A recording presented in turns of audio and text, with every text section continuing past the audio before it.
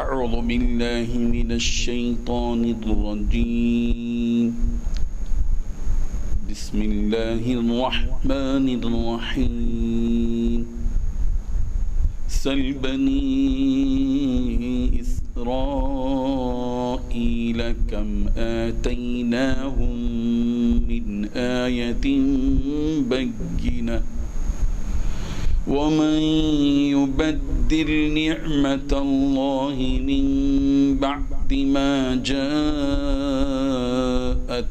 فإن الله شديد العقاب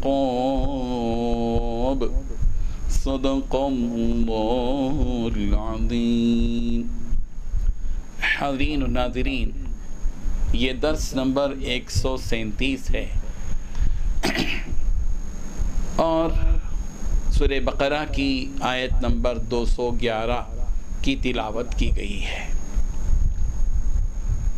لفظی معنی دیکھیے، سل پوچھیے بنی اسرائیل سے، اے پیغمبر آپ بنی اسرائیل سے پوچھیے کہ کم کتنے ہی آتیناہم ہم نے ان کو دیے، من آیت بینہ کھلی نشانیاں، ومن یبدل اور جو کوئی بدل دے نعمت اللہ کی نعمت کو، من بعد ما اس کے بعد کہ جاءت ہو وہ نعمت اس کے پاس آئے، فإن اللہ پس بے شک اللہ شدید العقاب سخت عذاب والے ہیں. آیت کا پورا ترجمہ دیکھیے.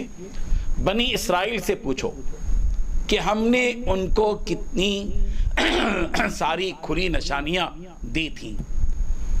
آپ جس شخص کے پاس اللہ کی نعمت آ چکی ہو پھر وہ اس کو بدل ڈالے تو اسے یاد رکھنا چاہیے کہ اللہ کا عذاب بڑا سخت ہے.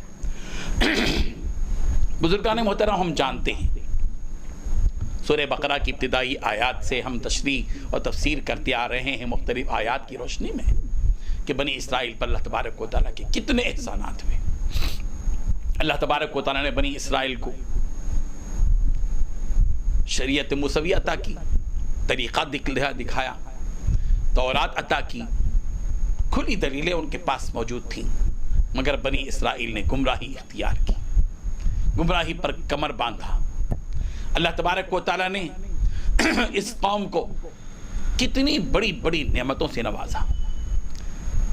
اللہ تبارک و تعالیٰ نے خود ان سے کلام کیا، حضرت موسیٰ علیہ السلام سے کلام کیا.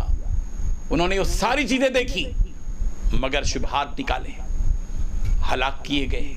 دریا میں راستے بنا کر ان کی نجات کا سامان کیا گیا.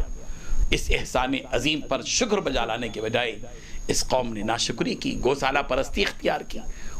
جس رب نے ان کے لیے دریا میں راستے بنائے اسی رب کو چھوڑا اور ایک حقیر بچڑے کی پوجا شروع کر دی جس پر قتل کی سزا ان کو ملی. منو سلوہ ان کے اوپر اتارا گیا، اس کی بھی ناشکری کی.